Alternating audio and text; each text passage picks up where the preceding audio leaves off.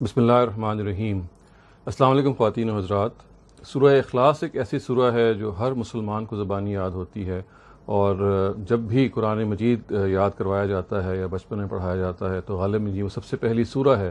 جو ایک بچے کو حفظ کرائی جاتی ہے، اور یہ اس کے نتیجے میں ہم سب کو ازبر ہے۔ اسی سورہ میں خواتین و حضرات جو دوسری آیت ہے اللہ الصمد، عام طور سے جو اردو مترجمین ہیں انہوں نے اس کا ترجمہ یہ کیا ہے کہ اللہ بے نیاز ہے۔ اس کے نتیجے میں جو لفظ کی صحیح روح ہے وہ کیپچر نہیں ہوتی، وہ ادا نہیں ہوتی۔ لفظ کا جو اصل مفہوم ہے وہ یہ ہے کہ اللہ سب کا سہارا ہے، سب اس پہ منحصر ہیں،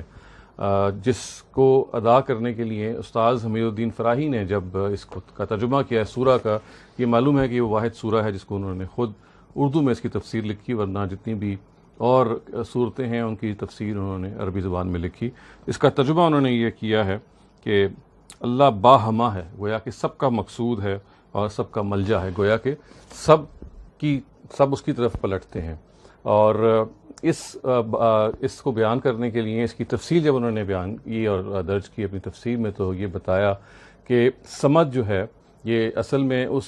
چٹان کے لیے بھی آتا ہے، یعنی اللہ تعالیٰ کے لیے آتا ہے جس کے پیچھے آپ پناہ لیتے ہیں، جس چٹان کے پیچھے پناہ لیتے ہیں، اس کو چٹان بھی کہا گیا ہے اور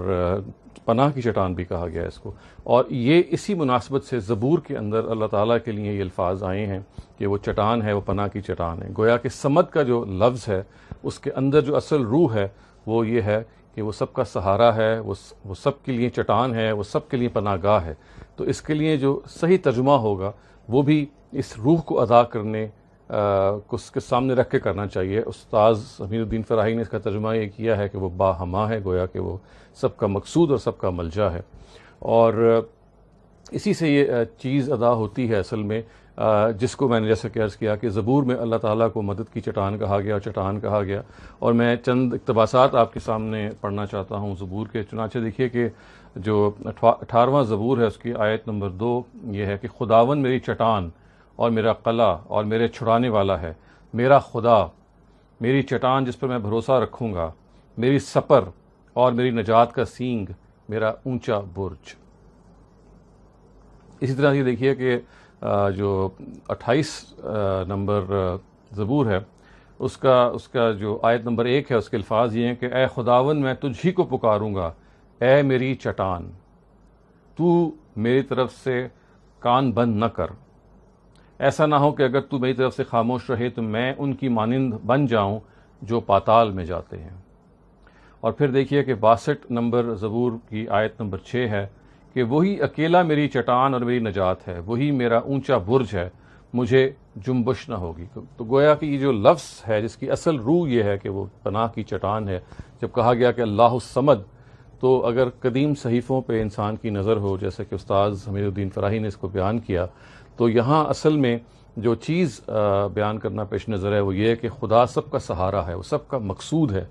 اس کے اندر نتیجتاً ظاہر ہے جو ایک پہلو پیدا ہو جاتا ہے بے نیازی کا، جس کی وجہ سے لوگوں نے ترجمہ بے نیاز کیا ہے، اس سے لفظ کی اصل روح میرے دانش میں ادا نہیں ہوتی، اور لفظ کی جو اصل روح ہے وہ تب ادا ہوتی ہے کہ جب ہم ایسا ترجمہ کریں جس میں سمد ہونے کا جو پہلو ہے، یعنی چٹان ہونے کا، پناہ ہونے کا، مقصود ہونے کا پہلو ہو۔ استاذ حمید الدین فراہی نے اس کا ترجمہ یہ کیا کہ وہ باہما ہے۔ خواتین حضرات نے اس بات کو بھی واضح کیا کہ یہ قرآن مجید کا عام اسلوب ہے کہ دو پیرالل صفات جو آتی ہیں وہ ایک دوسرے کو بیلنس کرنے کے لیے آتی ہیں۔ جیسے مثال کے طور پہ قرآن میں غنی اور حمید آیا،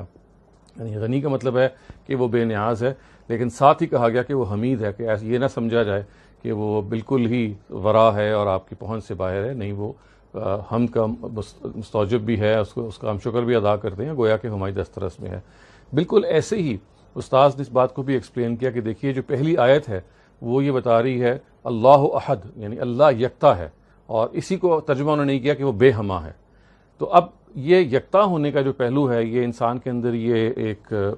سوچ پیدا کر سکتا ہے کہ گویا وہ ہماری دسترس میں نہیں ہے، وہ ہم سے بیانڈ ہے۔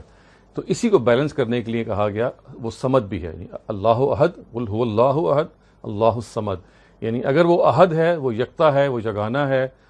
وہ بے ہما ہے، وہ ہماری بالکل یگانہ ہے، اس کا کوئی برابر اس کا ثانی نہیں ہے، لیکن اس سے یہ گمان نہیں کرنا چاہیے کہ وہ ہماری پہنچ سے دور ہے، وہ صمد بھی ہے، وہ ہماری پناہ کی چٹان بھی ہے، وہ ہمارا سہارا بھی ہے، وہ پتھر ہے جس کے پیچھے ہم ریفیوج لے سکتے ہیں، جس کے پیچھے ہم پناہ لے سکتے ہیں۔ تو گویا کہ جیسے غنی کے ساتھ حمید کا لفظ قرآن مجید میں بہت عام آیا ہے، بالکل اسی اصول پہ یہ پیرل صفتیں ہیں احد اور صمد کی۔ یعنی یہ بھی بہت ضروری ہے سمجھنا کہ اللہ تعالیٰ کے کلام میں صفات جو لائی جاتی ہیں وہ بہت معنی خیز ہوتی ہیں، ان کا ایک مقصد ہوتا ہے، ان کا ایک مطلب ہوتا ہے۔ اور یہاں جیسے کہ استاذ نے اس کی وضاحت کی کہ غنی کا اور حمید کی طرح کا تعلق انہی صفات میں ہے کہ احد ہے اور صمد ہے۔ احد کا مطلب یہ ہے کہ وہ یکتا اور سب سے بلندتر ہے، سب سے الگ ہے، لیکن اس کے ساتھ ساتھ صمد کی صفت نے بیان کیا کہ اگرچہ وہ سب سے الگ تھلگ ہے اور یکتا ہے، لیکن وہ اس کے باوجود وہ سب کے ساتھ ہے، وہ سب کا سہارا ہے۔ وہ اگر بے ہما ہے تو اس کے ساتھ ساتھ وہ باہما بھی ہے۔ تو خواتین حضرات، یہ چھوٹی سی وضاحت سے آپ دیکھیے کہ سورہ احد کی جو آیتیں ہیں یہ کتنی معنی خیز ہو جاتی ہیں، اور یہ اس ترجمے میں جب ہم عام طور سے پڑھتے ہیں کہ اللہ بے نیاز ہے، وہ سٹریس ادا نہیں ہوتا، لفظ کا وہ صحیح مفہوم اپنی اصل میں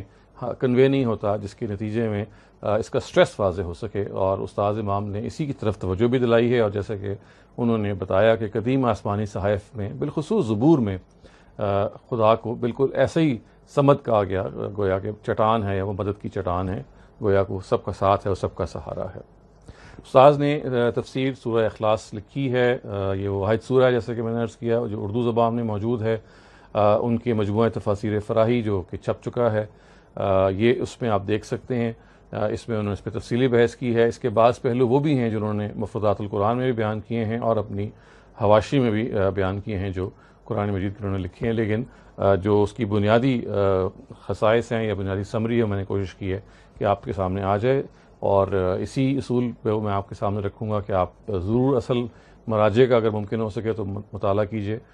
میرا مقصد بھی یہی ہے کہ استاذ کی جو آراء میں یہ اس طرح سے توضیح کرنے کی کوشش کرتا ہوں، اس کا مقصد یہ ہوتا ہے کہ آپ اصل میں جہاں وہ بیان ہوئی ہیں ان کو ضرور پڑھیں تاکہ ان سے آپ کو اس سے زیادہ گہری رسائی اور معلومات حاصل ہو سکے۔ اقول قولی ھذا واستغفر اللہ لی ولکم ولسائر المسلمین والمسلمات۔